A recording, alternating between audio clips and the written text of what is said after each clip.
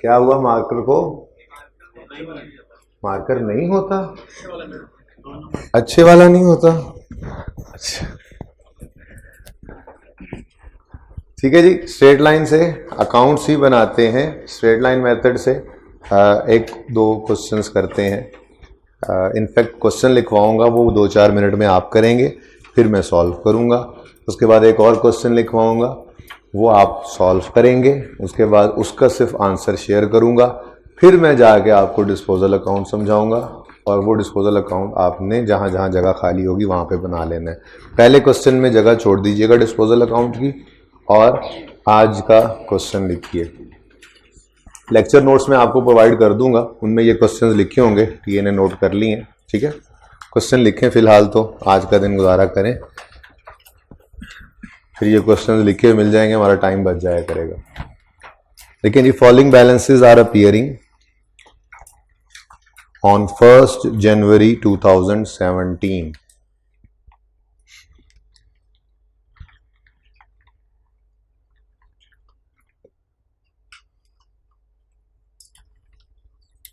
चला आ जाए, आपका ही तो इंतजार कर रहा था मैं।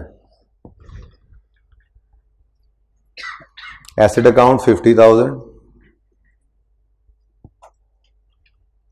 Accumulated depreciation account 20,000।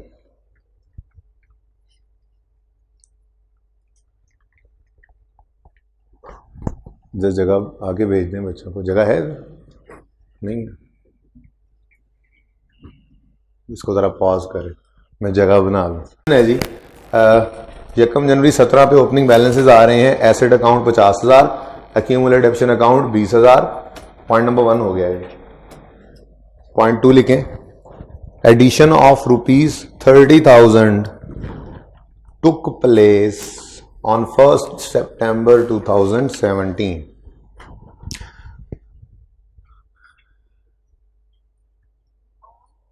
ऑन 1 सितंबर 2017, 1 सितंबर 2017। नैरेटिव फॉर्म में भी डाटा निकालना है ना, सिर्फ हम हेडिंग्स बना के तो ना चल रहे हो। 2 पॉइंट्स हो गए। तीसरा पॉइंट लिखें, further an asset costing, further an asset costing 25,000 which was purchased, further an asset costing 25,000 which was purchased on 1st July 15 is disposed of on 30th September 2017, is disposed of on 30 September 2017 for ₹3,000 only, for ₹3,000 only। Rate of depreciation है 20% straight line method. Rate of depreciation is 20% under straight line method। SLM लिख लिया करें, time बच जाएगा। नहीं लिखना पड़ेगा इंशाल्लाह, कल से कोशिश करूंगा मैं। इक्का दुक्का सवाल जो वैसे आमद हो जाती है वो लिखना पड़ जाएगा, वरना मैं ये डिक्टेशन कर लूंगा लेक्चर नोट्स में। रिक्वायरमेंट है एसेट अकाउंट बना दें, एक्यूमुलेटेड डेप्रिसिएशन अकाउंट बना दें, डिस्पोजल अकाउंट की जगह खाली छोड़ दें, और जर्नल एंट्री पास कर रहे हैं डिस्पोजल की सिर्फ। ठीक है, बाकी एंट्रीज आज नहीं पास करेंगे।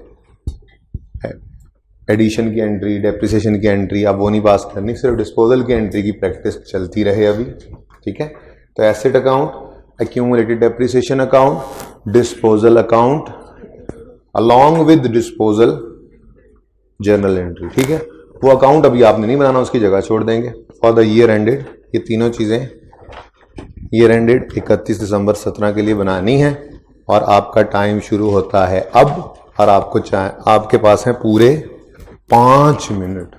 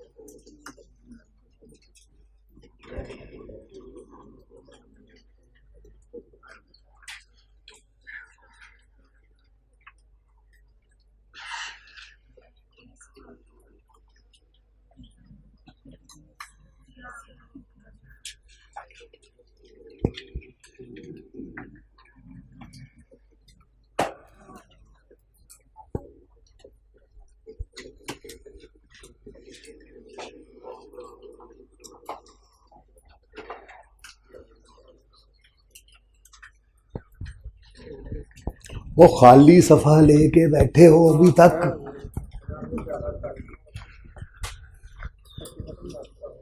कैसे 50% मार्क्स आ गए?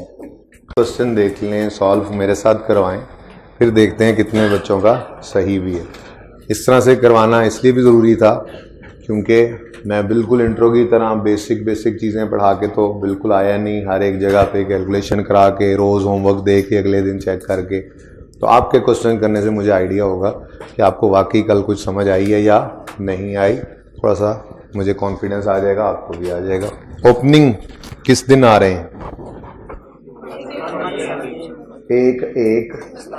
एक साथ ही है। ठीक है जी, ओपनिंग बता दें कितना है? 50,000। ओके भाई, ये एंड तक विजिबल है सबको? कोई प्रॉब्लम तो नहीं होती देखने में? ये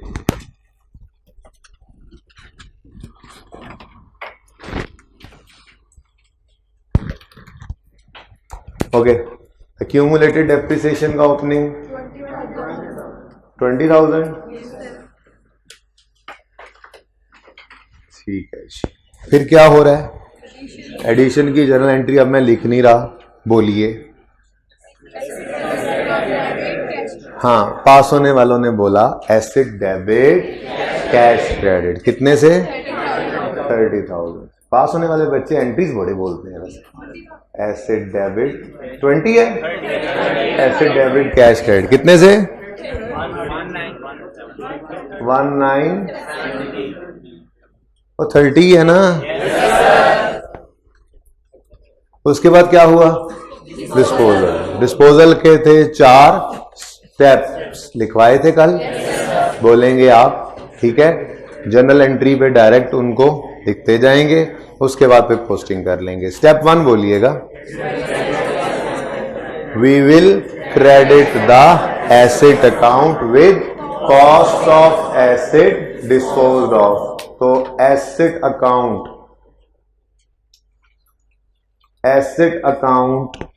में से क्रेडिट करेंगे जाने वाले एसेट की कॉस्ट। कितनी थी? 25,000, 25,000, जिसका निस्फ होता है 12,500। अच्छा जी। Step 1, we will credit the asset account with cost of asset disposed off. Step 2, we will, अच्छा आसानी होगी। अभी तो मैं स्टेप्स के साथ ही एंट्री लिख रहा हूँ, एक आध दिन और गुजरेगा तो अब हमें ये आदत पड़ जाएगी, एंट्री का पता होगा। वैसे तो आपको याद ही है, याद करवाना ही मकसद था। हम सिर्फ एंट्री वाले लिखा करेंगे, क्यों debit, cash debit, asset credit, एक लाइन छोड़ देंगे बैलेंसिंग फिगर की, ठीक है। या स्टार्ट में और बॉटम में लाइन वैसे ही होती है, स्टार्ट पे एक लाइन छोड़ के भी हम चल सकते हैं। पहले सिर्फ खाली ये एंट्री लिख लिया करेंगे, फिर फिगर्स ढूंढना इतना मुश्किल नहीं होता। बहरहाल फिलहाल स्टेप्स के साथ ही चलें ताकि ये प्रैक्टिस हो जाए। तो step 2, we will debit the asset account with, we will debit the accumulated depreciation account with accumulated depreciation of disposal। accumulated depreciation account को डेबिट करना है, और ये कोई एक फिगर ऐसे रेडीली अवेलेबल तो है नहीं हमें इस सवाल में। डेट ऑफ परचेज से डेट ऑफ सेल तक की एक्यूमुलेशन हमने निकालनी है, तो उसको कैलकुलेट करना है। तो उसके लिए वर्किंग वन परफॉर्म करेंगे। स्ट्रेट लाइन मेथड है तो डेट ऑफ परचेज से डेट ऑफ सेल तक क्यूमुलेटिव लाइफ निकाल लेंगे। स्ट्रेट लाइन मेथड है, एक साल की डेप्रिसिएशन मल्टीप्लाई करेंगे टोटल लाइफ से, तो उसकी सारी जिंदगी की डेप्रिसिएशन हमारे पास आ जाएगी। तो डेट ऑफ परचेज बताइएगा। 1 जुलाई 15, 30/9/17। वारदात का तरीका क्या था? नहीं, ईयर एंड को पहले देखना है। ईयर एंड क्या है? 31 दिसंबर। 31 दिसंबर को जहन में रखते हुए आ गए डेट ऑफ परचेज के पास। 1 जुलाई 15 वाले साल का पहला साल कब एंड होगा? 31/12/15 को। कितने महीने? 6/12 इधर चलेगा ये ऐसे। फिर 31 दिसंबर 17 तक, 16 तक पूरा साल। 31 दिसंबर 17 तक 9/12 जी 2.25। ये इस एसेट का हमारे साथ था, हमारे साथ इसका साथ 2.25 ईयर्स था। अब इस टोटल अरसे के लिए हमने इसको इस्तेमाल किया है, तो इस सारे अरसे की डेप्रिसिएशन निकालनी है। तो एक्यूमुलेटेड डेप्रिसिएशन निकलेगी। स्ट्रेट लाइन मेथड है, एक साल की डेप्रिसिएशन इनटू टोटल लाइफ। तो एक साल की डेप्रिसिएशन किसके साथ? 25,000 के साथ मल्टीप्लाई करेंगे। कितना? 20%। अच्छा, कोई ऐसा भी है जिसने 10% ले लिया और डेप्रिसिएशन रेट? ईमानदारी से बताना है। होंगे 2-4, ना माने अलग बात है जरूर, ठीक है, ना माने बता दें, मैं कुछ नहीं कहूंगा, बताएं मेरा 10% लिया, ठीक है, ना माने, ठीक है जी। ये फॉर्मूला हमें एक साल की डेप्रिसिएशन दे दिया करता है, ठीक है। एक साल की डेप्रिसिएशन इनटू 2.25, टोटल आ गया 11250। ये है accumulated depreciation of disposal from date of purchase till date of sale. कितना जी? 11,250। ये दोनों स्टेप्स अगर हम एसेट और एक्यूमुलेशन अकाउंट में भी फेंक दें तो अच्छा है। वैसे ये दोनों अकाउंट्स हमारे कंप्लीट हो जाएंगे इसके बाद। हाँ, गेन लॉस निकालने के लिए स्टेप 3 और स्टेप 4 भी करना पड़ता है, लेकिन एसेट अकाउंट और एक्यूमुलेशन अकाउंट इन 2 स्टेप्स के बाद कंप्लीट हो जाते हैं जी। 30/9/17 25,000 से क्रेडिट किया इसको, और 30/9/17 पे इसको 11,250, ठीक है। अब इन अकाउंट्स की हद तक तो काम पूरा हो गया है, लेकिन चूंकि हमने गेन लॉस भी कैलकुलेट करना है, बनाना तो डिस्पोजल अकाउंट था, लेकिन मैंने साथ में रिक्वायरमेंट रखी हुई है जनरल एंट्री की भी, तो दोनों काम ही करेंगे, आज दूसरा काम भी देख लेंगे। तो फिर स्टेप 1, एसेट अकाउंट को एसेट की कॉस्ट से क्रेडिट करना है, क्योंकि इसमें पड़ी क्या चीज है? कॉस्ट। कॉस्ट कैसे पता लगा पड़ी है? क्यूमुलेटेड डेप्रिसिएशन अलग नजर आ रहा है, ठीक है। ओके, स्टेप 2, हम एक्यूमुलेटेड डेप्रिसिएशन अकाउंट को डेबिट करेंगे डिस्पोजल की सारी जिंदगी की एक्यूमुलेटेड डेप्रिसिएशन, ठीक है जी, वो भी हो गया। स्टेप 3 क्या था? वी विल रिकॉर्ड कैश जी। एसेट बिका है, कैश आएगा जाएगा? कैश आ रहा है तो कैश डेबिट। कैश डेबिट कितने से? 3,000 से। अब बैलेंसिंग फिगर किस तरफ बढ़ रही है? डेबिट साइड पे बढ़ रही है। कितनी? 10750। तो balancing figure will be gain और लॉस, गेन और लॉस, फिलहाल यही कह रहा हूं मैं। अब देख लेते हैं प्रॉफिट एंड लॉस डेबिट हो रहे हैं। डेबिट किससे होता है? एक्सपेंसेस से, लॉस से। और अगर क्रेडिट होता तो इनकम, गेन। ठीक है जी। तो यहां पे कोई इसका असर नहीं था, जनरल एंट्री हो गई। एसेट का अकाउंट कंप्लीट है। 31 दिसंबर 17 पे कैरी डाउन बताइए 55,000। ये भी कंप्लीट है। 31 दिसंबर 17 पे कैरी डाउन क्यों कंप्लीट नहीं है? ओहो, भूल गया मैं। चलें, शुक्र आपने याद करवा दिया। एंट्री क्या है डेप्रिसिएशन की? डेप्रिसिएशन एक्सपेंस डेबिट और एक्यूमुलेटेड डेप्रिसिएशन पता नहीं है, कैलकुलेट करनी है हमने 31 दिसंबर 17। इसके लिए वर्किंग 2 कर लेते हैं जी। सबसे पहले ओपनिंग पे मेथड कौन सा है? Straight line. अच्छा, ओपनिंग एसेट का मतलब पता है? ओपनिंग एसेट का मतलब होता है जो पिछले साल हम दुकान बंद करके गए थे तो वो हम वहीं छोड़ के आए थे। चाहे इस साल घर से निकले और बाहर बाजार जाके एक नया एसेट खरीद के 1 जनवरी को लेके साथ भी आ गए हैं ना, वो ओपनिंग नहीं कहला सकता, वो एडिशन ही होगा। ओपनिंग का मतलब ही यही है जो पिछले साल पे क्लोजिंग में पड़े थे। ठीक है। बहरहाल मेथड कौन सा है? स्ट्रेट लाइन मेथड हो तो जौन सा मर्जी साल है, रेट ने किस पे लगना है? कॉस्ट पे लगना है। तो फिर हमें opening cost of all assets चाहिए। Opening cost of all assets.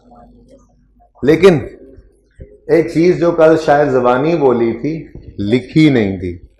हाँ नहीं, एक्सक्लूडिंग तो लिखा भी था, लेकिन एक उर्दू का जुमला बोला था मैंने आपसे, यहां हम सिर्फ वो एसेट्स लेते हैं जो साल के पहले दिन से साल के आखिरी दिन तक हमारे पास मौजूद रहे। तो चूंकि ये लिखा नहीं था, चुनांचे ये अभी लिख लें। चुनाचे होता है वैसे। अच्छा, उर्दू भी सिखाऊंगा इंशाल्लाह साथ साथ। उर्दू में लिखा। सर नहीं सर, हम तो मार्स से आए हैं, हमें तो उर्दू का पता ही कुछ नहीं है। ठीक है, यहां पर हम सिर्फ पश्तो नहीं लिखनी, उर्दू लिखें, वरना फिर पंजाबी भी लिखने लग जाएंगे लड़के, कुछ मरोही लिखने लग जाएंगे। तो एक जबान लिख लेते हैं फिलहाल जो सबको समझ भी आती है जी। यहां पर हम सिर्फ वो एसेट्स लेते हैं जो साल के पहले दिन से साल के आखिरी दिन तक हमारे पास मौजूद हों। यहां पर हम सिर्फ वो एसेट्स लेते हैं जो साल के पहले दिन से साल के आखिरी दिन तक हमारे पास मौजूद रहें। अब इसका मतलब यह है कि कोई एडिशन हो तो वो यहां पे नहीं होगा, वो तो हो ही नहीं सकता। एडिशन तो ओपनिंग में पड़ा ही नहीं था। ठीक है, लेकिन एक मसला है, जो इस साल एसेट बेचा और पुराना खरीदा हुआ था वो ओपनिंग में पड़ा है या नहीं पड़ा? लेकिन यहां पे तो हमने सिर्फ वो एसेट्स लेने हैं जो पूरा साल हमारे पास रहे। यहां पे कभी भी फ्रैक्शन अप्लाई नहीं करना। जहां ओपनिंग की डेप्रिसिएशन कैलकुलेट करनी होती है, कभी भी फ्रैक्शन अप्लाई नहीं करना। तो अगर फ्रैक्शन अप्लाई नहीं करना तो डिस्पोजल यहां पड़ा रह गया तो वो तो पूरा साल डेप्रिशिएट हो जाएगा, जबकि वो किस दिन बिक गया? 30/9/17 पे। वो तो 9 महीने से ज्यादा डेप्रिशिएट हो ही नहीं सकता। ठीक है, तो इसलिए हमने यहाँ पे क्या कहा था, यहाँ पे हम हमेशा एक्सक्लूड कर दिया करेंगे डिस्पोजल को, क्योंकि डिस्पोजल्स पूरे साल के लिए हमारे पास नहीं रह रहे थे, इस साल के दौरान निकल रहे होते हैं। ठीक है, तो opening cost of all assets में से माइनस करेंगे। देखें, लाइक विद लाइक को कंपेयर करते हैं ना, सारे एसेट्स की ओपनिंग कॉस्ट ली थी तो डिस्पोजल की भी ओपनिंग कॉस्ट ही माइनस करनी, माइनस ओपनिंग कॉस्ट ही ली हमने, किसकी? Of disposals. एक से ज़्यादा हो तो 2 आ जाएंगे, 3 डिस्पोजल हैं, 3 चीज़ें माइनस, 3 फिगर्स माइनस हो जाएंगी इनटू डेप्रिसिएशन। ठीक है, अब फिगर्स उठा लेते हैं। Opening cost of all assets कहाँ से मिला करेगा? वैसे तो हाँ, ऐसा भी हो सकता है ना कि सवाल जो है वो 2 साल पे हो और हम अगले साल में बैठे हों और हम सवाल में से ढूंढ रहे हों ओपनिंग ये था, एडिशन ये था, डिस्पोजल ये था। ऐसा नहीं करना, ठीक है। हमने एक बार कोशिश करके एसेट अकाउंट जब बना लिया तो ये क्लोजिंग ही अगले साल ओपनिंग बना हुआ होगा ना, तो आदत ही यही रखें कि ओपनिंग कॉस्ट कहाँ से उठाया करेंगे? एसेट अकाउंट से। ये पड़ी ओपनिंग, ठीक है। सारे एसेट्स की ओपनिंग कॉस्ट कितनी है? 50,000। डिस्पोज होने वाले की कॉस्ट कितनी? 25,000 इंटू 20%। Answer is 5,000। एडिशन हुआ है एक, कितना? 30,000 का एडिशन है। Rate of depreciation 20% into 4/12। सितंबर, अक्टूबर, नवंबर, दिसंबर, कितने बच्चों ने 3 महीने लिए? हाथ खड़ा करें। वो भी होंगे, ना माने, नहीं मानेंगे तो कोई बात नहीं है, ज़रूर कुछ लोगों ने सितंबर को देख के फटाफट 3 महीने लिए होंगे, मुझे पता है। उंगलियों पे गिनने की आदत डाल लें, वरना सिर्फ होता कुछ नहीं है, 6 महीने ज़ाया हो जाते हैं। जी आंसर बता दें। 2000। डिस्पोजल 25,000 कॉस्ट है, 20% 9/37 टोटल।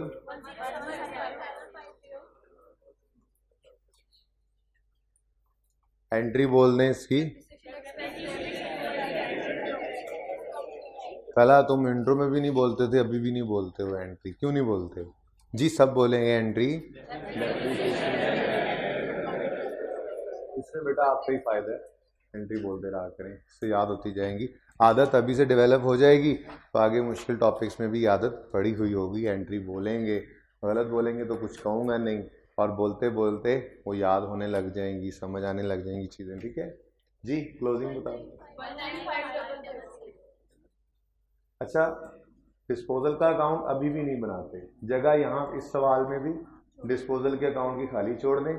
आपको मैं एक और सवाल लिखवाता हूँ, मुझे जल्दी से वो सवाल आप सॉल्व कर दें, लेकिन ज़रा रुक जाएं, मुझे थोड़ा शो ऑफ हैंड से बता दें कितने बच्चों का यही आंसर था। फ्रॉड लगा रहे, हाथ पीछे करें। कितने बच्चों का ये आंसर नहीं था? सच्चे लोग तो आप सामने आएंगे। 1 2 3 4 5 6 7 8। गलती पता लग गई? कोई कंफ्यूजन है जिनका ये आंसर नहीं था तो वो कंफ्यूजन दूर कर सकते हैं, बताएं। ये भाई साहब आप में लग रहा है कोई कंफ्यूजन है आपको? हाँ है, बता दो। नहीं है? श्योर? हाँ जी स्टूडेंट।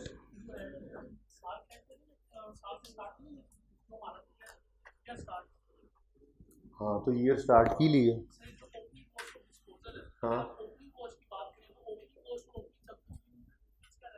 कॉस्ट सारी जिंदगी वही रहती है वो। हाँ कॉस्ट तो सारी जिंदगी नहीं बदलती ना, बदलती तो बुक वैल्यू ही है, तो बुक वैल्यू तो हम ले ही नहीं रहे। क्वेश्चन लिखवाऊँ अगला? चलें फिर लिखें।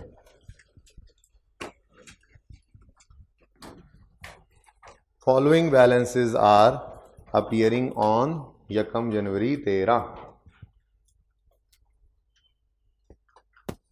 कौन है भाई जातियां मारने वाला?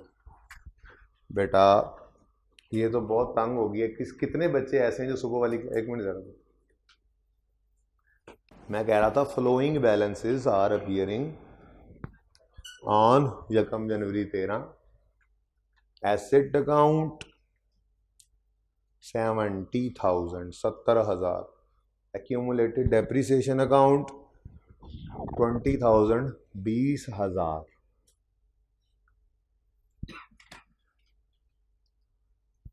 पॉइंट 1 हो गया। पॉइंट 2 लिखें।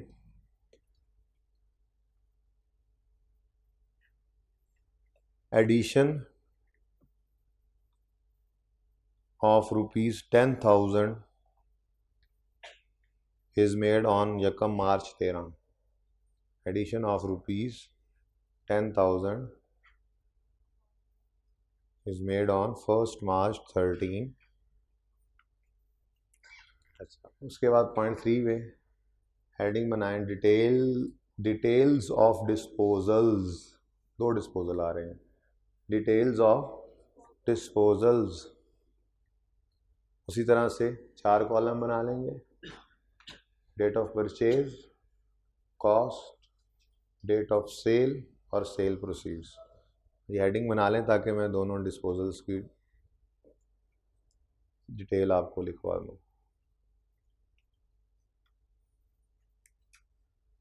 तैयार हैं जी? पहला डिस्पोजल है डेट ऑफ परचेज 1 अप्रैल 2009, यकम अप्रैल 2009, कॉस्ट 5,000, 5,000।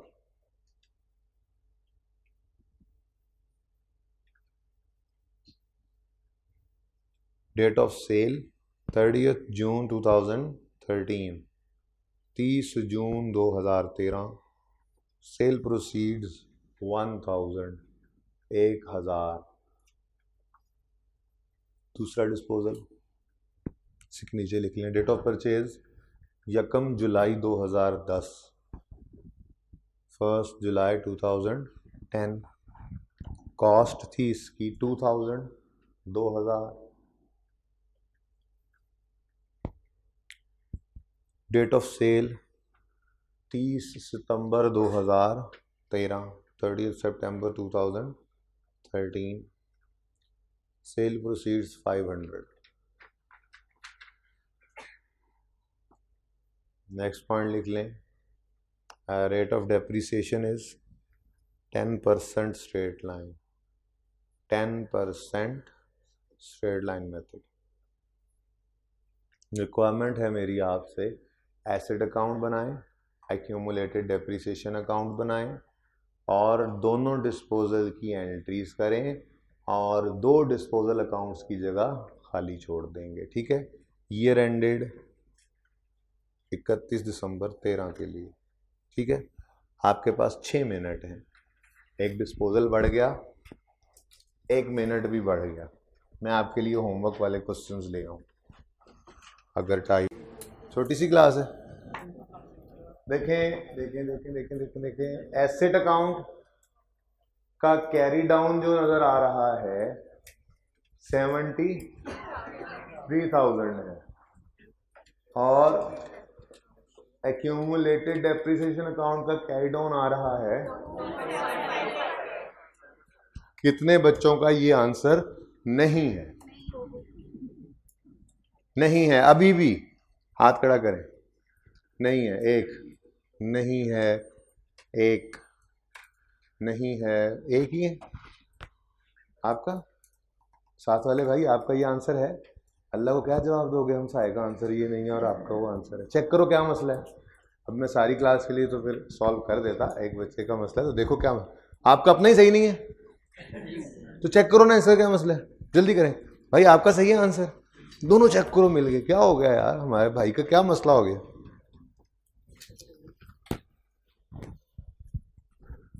ओके जी, होमवर्क लिखें। हैंड आउट अभी तक नहीं आ सका, बहुत माजरत, आपको डिक्टेशन लेनी ही पड़ेगी। होमवर्क के 2 क्वेश्चन लिखें, फिर रिड्यूसिंग बैलेंस स्टार्ट करते हैं। ठीक है, या देख लें पहले 2-4 मिनट। इतनी कॉपीज भी कोई नहीं होनी, रहने ही दें। नहीं, इतनी कॉपीज इतनी देर में होनी, मान जाए। क्वेश्चन लिखें, following balances are appearing on यकम जुलाई 13। थोड़ा बदले ना, होमवर्क के क्वेश्चन हैं, 2 क्वेश्चन लिखवा रहा हूँ, होमवर्क में करके आने हैं। इसके बाद डिस्पोजल अकाउंट बनाते हैं। ठीक है,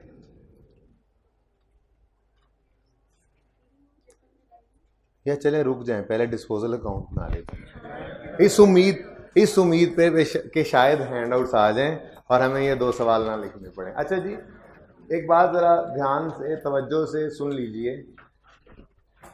डिस्पोजल अकाउंट का काम गेन या लॉस ऑन डिस्पोजल निकाल के देना है बस। कोई कहे एसेट अकाउंट की नेचर क्या है, तो क्या कहोगे? कोई कहे एक्यूमुलेटेड डेप्रिसिएशन अकाउंट की नेचर क्या है, कोई कहे कैश की नेचर क्या है, कोई कहे सेल की नेचर क्या है, कोई कहे कैपिटल की नेचर क्या है, कोई कहे बैंक की नेचर क्या है, बैंक ओडी की, कोई ये पूछे डिस्पोजल की नेचर क्या है, तो नेचर नहीं है। डिस्पोजल अकाउंट की कोई नेचर नहीं होती। डिस्पोजल अकाउंट सिर्फ गेन लॉस कैलकुलेट करने के लिए आता है। तो कॉन्सेप्ट वही है जो आपने ले लिया डिस्पोजल का, ये इंपॉर्टेंट है। एसेट अकाउंट क्रेडिट क्यों हुआ, क्रेडिट क्यों हुआ और कॉस्ट से क्यों हुआ, कॉन्सेप्ट था, आता है आपको, पता है। एक्यूमुलेटेड डेप्रिसिएशन अकाउंट डेबिट क्यों हुआ और डेट ऑफ परचेज से डेट ऑफ सेल तक की डेप्रिसिएशन से डेबिट क्यों हुआ, कॉन्सेप्ट था, पता है आपको, ठीक है। तो कॉन्सेप्ट यहीं पे ही था। डिस्पोजल अकाउंट के साथ अब कोई मसला नहीं है हमें, उसमें सिर्फ हमने अपने जो स्टेप्स लिखे थे 4 स्टेप्स, उनका दूसरा इम्पैक्ट उसमें फेंकते जाना है। दोनों काम पर्चे में नहीं कर देने, पहले बना लें फिर बताता हूं दोनों काम करने नहीं है, कौन सा करना है कौन सा नहीं। एक अभी बनाए ना, देख लें जरा प्लीज। डिस्पोजल बनाए ना और फिर भी कॉपीज खोले जा रहे हैं, ना बनाए कह रहा हूं, अभी कॉपीज की तरफ देखिए ना, रजिस्टर की तरफ आप इधर देखिए। Step 1, we will credit asset account with cost of asset disposed off. तो क्रेडिट उसे किया ना, दूसरा इंपैक्ट किसको फेंक दो, डिस्पोजल को, यानी डिस्पोजल अकाउंट को डेबिट कर दो। एसेट अकाउंट यहां पे लिख लो और डेट ऑफ डिस्पोजल लिख लो। स्टेप वही है हमारा, we will credit the asset account with cost of asset disposed off. दूसरा इंपैक्ट किसको फेंक दो, यहां पे लिख लिया हमने डिस्पोजल, यहां पे लिख लिया एसेट, ठीक है। Step 2, we will debit accumulated depreciation account with accumulated depreciation of disposal from date of purchase till date of sale। तो डेबिट एक्यूमुलेशन अकाउंट को किया तो फिर क्रेडिट किससे कर दें, डिस्पोजल को। यहां पे लिख लें एक्यूमुलेटेड डेप्रिसिएशन 30/9। स्टेप 3 क्या था, we will record cash. Asset बिका तो कैश आया, कैश कैश। दूसरा इंपैक्ट डिस्पोजल, कितने से, 3000 से 30/9/17, ठीक है। बैलेंसिंग फिगर किस तरफ आ रही है, देख लो, डेबिट साइड पे आ रही है। बैलेंसिंग फिगर देखो 25,000 इधर है, इधर क्रेडिट साइड पे कितनी, 1075। लें जी, ये क्या आ गया, बैलेंसिंग फिगर 30/9। लो जी, डिस्पोजल अकाउंट तो बड़े फायदे की चीज निकली। जर्नल एंट्री में तो लॉस आ रहा था, डिस्पोजल में तो गेन आ गया। डिस्पोजल का अकाउंट बनाया तो गेन आ गया। देखो क्रेडिट नहीं हो रहा, क्रेडिट तो हो रहा है, क्रेडिट नहीं हो रहा। बोले बोले, जब क्रेडिट होता है तो गेन होता है। प्रॉफिट एंड लॉस जब क्रेडिट होता है तो गेन होता है। ये प्रॉफिट एंड लॉस तो क्रेडिट नहीं हो रहा, डिस्पोजल अकाउंट क्रेडिट हो रहा है। ये एंट्री पढ़ने का तरीका क्या होता है, ये देखिए, ये कौन सा अकाउंट है, ये इसकी कौन सी साइड, ये कौन सी साइड, ये कौन सा अकाउंट, एसेट अकाउंट 30,000 से क्या हुआ, उसके अगेंस्ट क्रेडिट क्या हुआ, कैश। एसेट अकाउंट क्रेडिट हुआ कितने से, इसके अगेंस्ट डेबिट क्या हुआ, एक्यूमुलेटेड डेप्रिसिएशन अकाउंट क्रेडिट हुआ 10,750 से, इसके अगेंस्ट डेबिट क्या हुआ, रुक जाओ वहीं रुक जाओ। एक्यूमुलेशन अकाउंट डेबिट हुआ कितने से, इसके अगेंस्ट हमने क्रेडिट किसे किया, डिस्पोजल को। ये एंट्री पढ़ने का तरीका है ना लेजर में से, ठीक है, सीखा था ना इंट्रो में। तो ऐसे ही डिस्पोजल अकाउंट क्रेडिट हुआ 10,700, इसके अगेंस्ट डेबिट क्या हुआ, तो प्रॉफिट एंड लॉस अभी भी डेबिट ही हो रहा है, ये debit. Debit, loss on disposal ही है। तो जाहिर सी बात है एक ही काम दो तरीके से जब करना है तो आंसर तो सेम ही होना है ना। तो डिस्पोजल अकाउंट मुश्किल नहीं है, कोई रॉकेट साइंस नहीं थी, इसलिए एंड पे रख लिया इसको। कॉन्सेप्ट तो एंट्री से सीख ही लिया था हमने, इसको सिर्फ अपने स्टेप्स का दूसरा इम्पैक्ट डिस्पोजल अकाउंट में फेंकते जाएं, आपका गेन लॉस निकल आएगा। ओके, अब पर्चे में क्या करना है, जो एग्जामिनर कहे वो करना है। एग्जामिनर कहे गेन लॉस निकालो, लेजर बना के लेजर बना दोगे। एग्जामिनर कहे गेन लॉस निकाल के दो, जर्नल एंट्री पास करके वो कर दोगे। और एग्जामिनर कुछ ना कहे तो फिर जो दिल करे वो कर देंगे। ठीक है, सही है, क्लियर है ये बात। अब जहां जहां जगह खाली है जल्दी से वहां वहां डिस्पोजल अकाउंट्स बनाए। अगर प्लीज एक बात सुन लें हम, अभी आपने इसके बाद वाला जो सवाल किया उसमें डिस्पोजल 2 हैं। अगर डिस्पोजल 2 हैं तो डिस्पोजल अकाउंट भी 2 अलग अलग बनाना, इकट्ठे बनाने की जरूरत नहीं है। सही होता है वैसे, लेकिन मेरे ख्याल में अलग ही होना ज़्यादा बेहतर है। हमें पता होना चाहिए, हर एसेट के बारे में पता होना चाहिए, मेरे फलां एसेट ने मुझे कितना गेन दिया या कितना लॉस किया। ठीक है, तो बुक्स के अंदर आपको इकट्ठा 2-3 डिस्पोजल इकट्ठे हुए एक लेजर मिल सकता है, लेकिन आपने कभी भी इकट्ठा नहीं बनाना। आपने हमेशा जितने डिस्पोजल्स हों उतने अकाउंट्स बनाने। क्लियर है ये बात, स्टार्ट हो जाए। इस सवाल में 2 डिस्पोजल अकाउंट है, कल वाले सवाल का 1 डिस्पोजल अकाउंट, 3 डिस्पोजल अकाउंट बनाए, गेन लॉस सेम आएगा जी।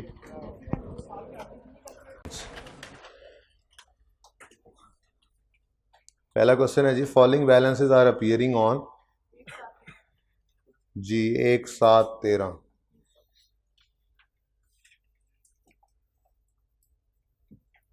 एसेट अकाउंट ये भी बताएं आप, 2,80,000। Asset account 280,000। Accumulated depreciation account 1,01,000। Addition है एक, यकम अप्रैल 14 पे 30,000। एडिशन 30,000 का है, 30,000 का है, यकम अप्रैल 2014। ओहो, 13 वाला साल है 14। जागो, यकम जुलाई 13 को जो साल शुरू होता है 30 जून 14 पे खत्म होता है। सवाल बिल्कुल सही लिखवा रहा हूं मैं। पहला सवाल जून का आया नहीं, बस एक ही एडिशन। दूसरा डिस्पोजल लिखें, डिटेल ऑफ डिस्पोजल, चारों हेड्स बनाएं जल्दी से, वो चारों कॉलम्स बनाएं, sorry. Date of purchase, cost, date of sale, sale proceed.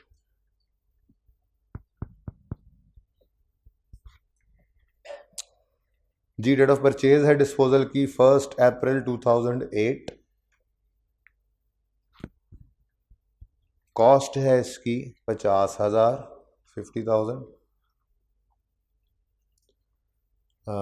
Date of cell है 31 दिसंबर 13, 31 दिसंबर 13, हमारे साल के आखिरी दिन। ठीक है, अब जागे हैं, चलो शुक्र है। 31 दिसंबर 13 पे बिका है, सेल प्रोसीड्स हैं 12,000।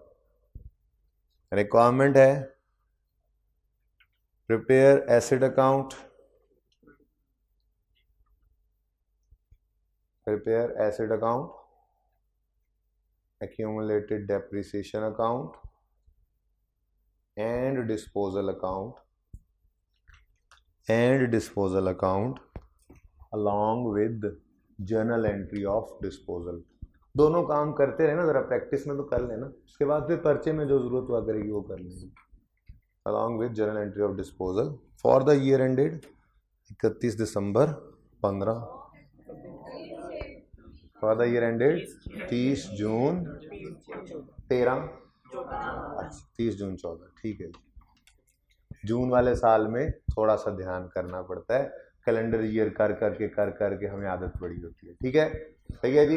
ईयर एंड है 30 जून 2000, हाँ बताने लगा हूँ, year and 30 June 2014। Assuming rate of depreciation is 10% straight line method.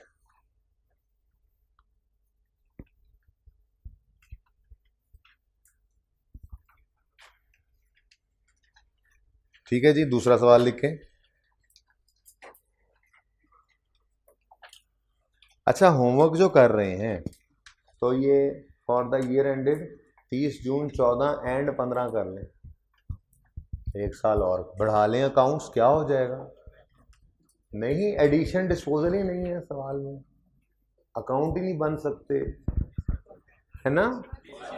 बन सकते हैं ना, ऐसे तो अकाउंट वैसे का वैसे ब्रॉड डाउन कैरी डाउन आ जाएगा, एक्यूमुलेशन भी वैसे का वैसे ब्रॉड डाउन कैरी डाउन आ जाएगा, डेप्रिसिएशन चलें ठीक है, डेप्शन वाली मेहरबानी कर देंगे आप, ठीक है? तो 2 साल कर दें, 30 जून 14 एंड 15। दूसरा सवाल लिखें जल्दी, लिखना है या नहीं लिखना? लिख ही लें, क्या वेले बैठे रहेंगे घर जाके, आधे घंटे में होमवर्क हो जाना है ये 2 सवाल। मैं आधा घंटा भी ज़्यादा बोल दिया, 15 मिनट का होमवर्क लिखें। मैंने ऐसे आप लोगों को बता दिया है क्लास में कि आपकी तरफ से इनपुट ना ही आए तो बेहतर, आपकी क्लास में बता दिया है ना? नहीं बताया, ठीक है? फॉलोइंग अकाउंट बैलेंसेस, अब सारी बातें सुनी ना लोगों को बतानी। Following balances are appearing on 1 जनवरी 2010।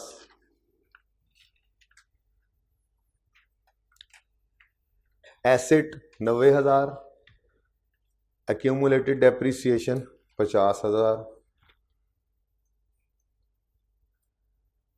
एडिशन 1 मार्च 10 पे 10,000 का, addition 1 March 10,000, disposal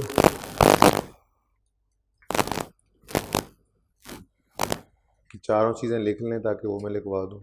date of purchase है उसकी 1 अप्रैल 2008, 1 अप्रैल 2008, कॉस्ट 20,000, डेट ऑफ सेल 30 जून 10, सेल प्रोसीड्स 10,000, 1,000 लिख दे, सेल प्रोसीड्स 10,000, रेट है 10%, straight line method, requirement same.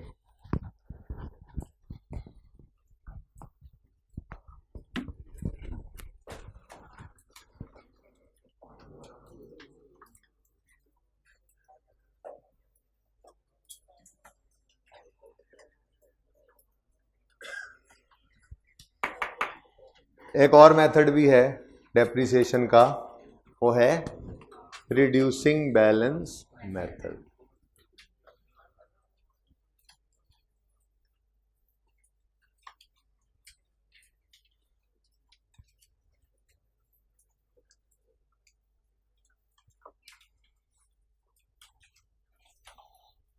चलें थोड़ी सी बात करते हैं, टाइम बस खत्म हो गया, कल आते ही पहले इसकी बात कर लेंगे।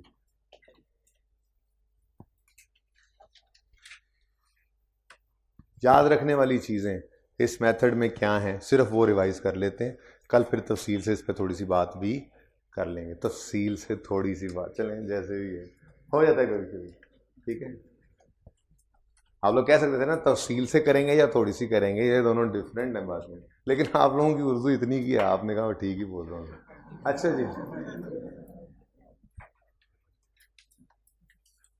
Points to remember,